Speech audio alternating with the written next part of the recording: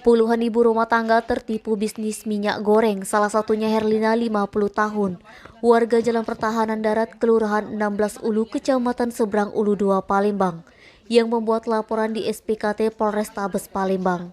Aksi penipuan ini terjadi ketika puluhan IRT termasuk Herlina ditawarkan oleh pelaku Acirta 43 tahun, warga Permata Regensi, Kelurahan Wanasari, Kecamatan Cibitung, Tangerang, untuk berbisnis minyak goreng di Jalan Pertahanan Darat, Kelurahan 16 Ulu, Kecamatan Seberang Ulu 2, Palembang, Jumat 23 April sekitar pukul 22.00 waktu Indonesia Barat.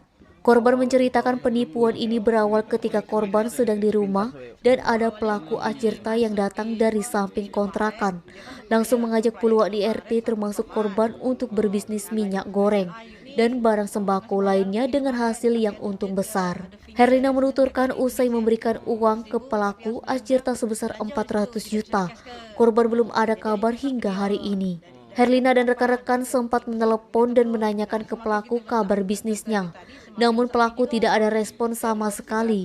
Dari situlah Herlina sadar kalau sudah menjadi korban penipuan. Denny, Sumeko TV melaporkan.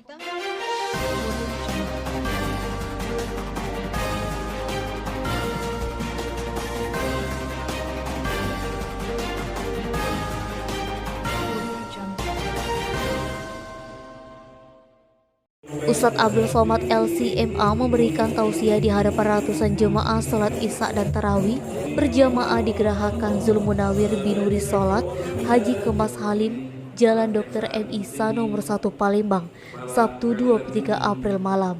Kegiatan tersebut dihadiri Gubernur Sumsel Haji Herman Deru bersama unsur Forkopimda. Ustadz Abdul Somad menyampaikan malam yang kedua-dua Ramadan hendaklah meningkatkan kualitas ibadah menjelang bulan akhir Ramadan.